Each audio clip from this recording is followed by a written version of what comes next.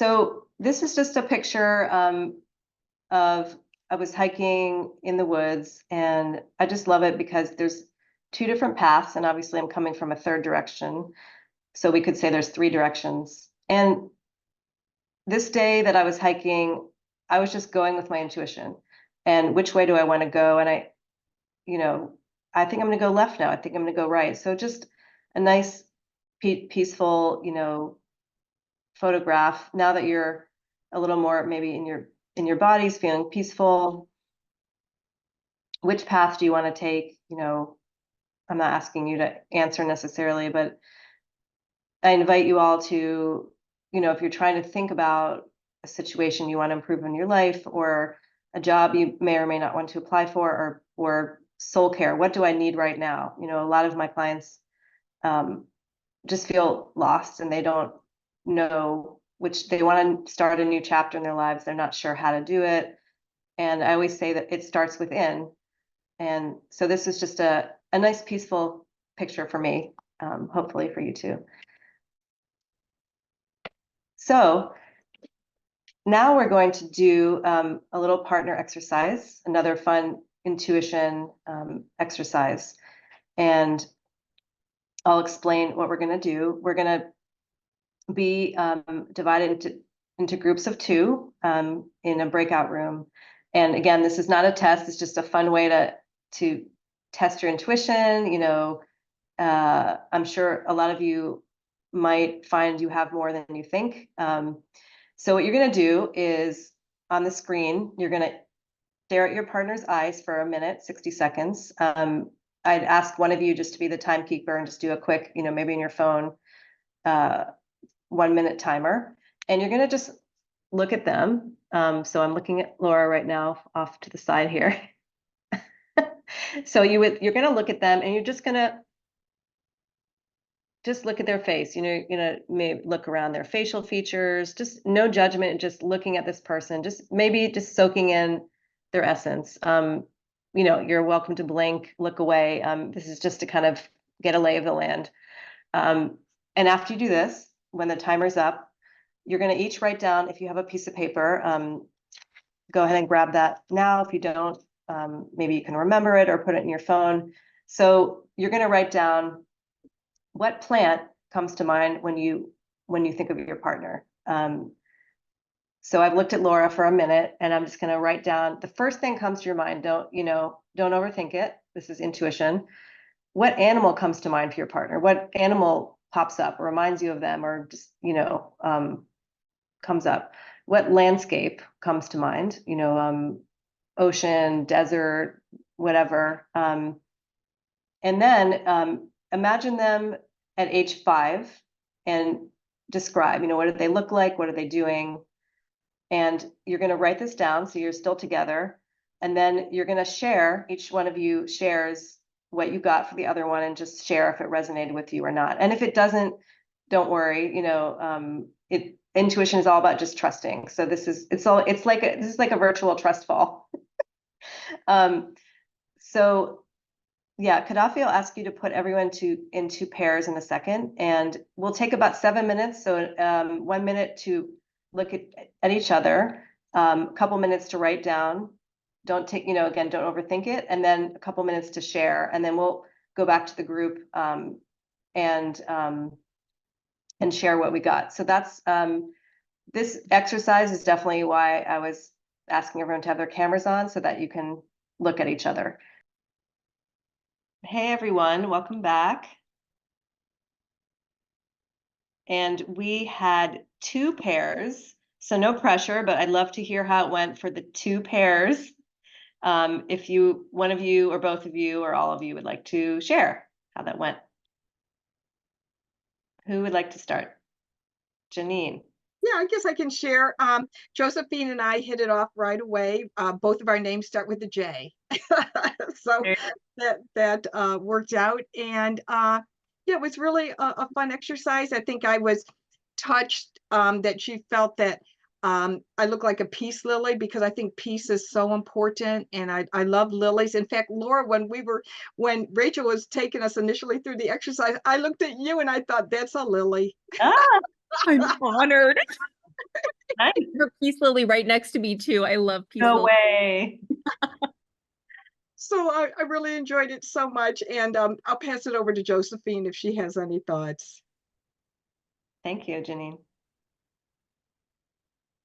You're on mute. Oh, there. Yeah. So I was happy, just kind of like to be able to not think too much, but do this exercise, like gives you, I don't really know what word to use, but it's like,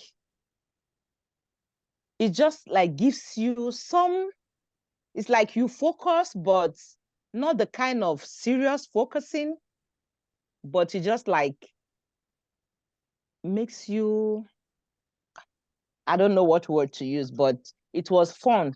And I was happy that Jenny, thought that I looked like an ornamental grass with tassels. I really love that with my hair. But it was fun. I had fun, yeah. Good. And, it's something that you don't really think too much about. Like you look at somebody and like, okay, I don't want to do this. But yeah, it's kind of, I don't know the actual word to qualify it, but it's something that can really help you in dealing with people. That's the way I see it. Yeah, and that's a great point, Josephine, is that you can use this in your, work environment or family or friends, and just sometimes without them saying anything, you could just look at them and kind of be like, this person is this, feeling this or that. And it's I will say that what you were saying about it, I wasn't thinking too hard, but it was a different type of thinking. That is your intuition. So your intuition is not just from your brain. Our brains, a lot of us use, like, we're in our heads too much. And you've probably heard that expression. Yeah. Mm-hmm. What does that really mean? It means that our brain, contrary to what many people think, should not be leading the show. It's our heart also, and our feelers, right? So they work together. It's not, so the brain, when it takes over, then we're overthinking, and we get stuck in these patterns and stuff. So I'm glad you had fun, because honestly, I wouldn't be doing this if it wasn't fun. Intuition it's super fun. So I'm glad you tapped into that. Yeah, thank you. Thank you for the exercise. Do Karen or who else? Do we lose somebody? Who else? Karen, Alicia, Alicia. Sorry, I'm pronouncing your name wrong, probably. Alicia. Alicia, yeah. Thank you. Would either of you like to share how that went for you? Sure, it was good. I guess, I mean, should we talk about what we said about the other person, or did it resonate what you said, what they said, whatever you want to share? I mean, yeah, it definitely resonated. And I don't know how, I mean, I'm not sure how Karen felt about the things I said about her. I said poinsettia for plant, and gray tabby cat for animal, and a landscape would be woods in the summer with green leaves. Which I'm a summer baby. Yeah, that is pretty interesting, actually. Awesome. Yeah, so it did. Karen's smiling. I feel like it did resonate with you. Yeah. Yeah. Yeah. The one thing she said was we got cut off when she was describing it. She said extrovert, and I'm an introvert, but many people think I'm an extrovert. Well, I thought extroverted, but kind of deep. So not, some people can be very social and also be kind of introverted. And, so they're social because they make a lot of friends, but they aren't necessarily great at putting themselves out, in a public setting or something like that. So I think that's what I would think. Yeah. And none of you knew each other before this, is that correct? No, I don't think so. So yeah, I know. So it's cool because like Josephine was saying, you can use it as a tool, intuition as a tool. It's kind of, I'm just introducing the idea that you can unlock it and use it for different, different ways for your life. Yes. So that's just getting to know people. And like you said, a lot of you said you hit it off and you've never met this person, Does anyone, go ahead, sorry. I was just gonna say, what a neat exercise. It was very intimidating, and I'm a visual person.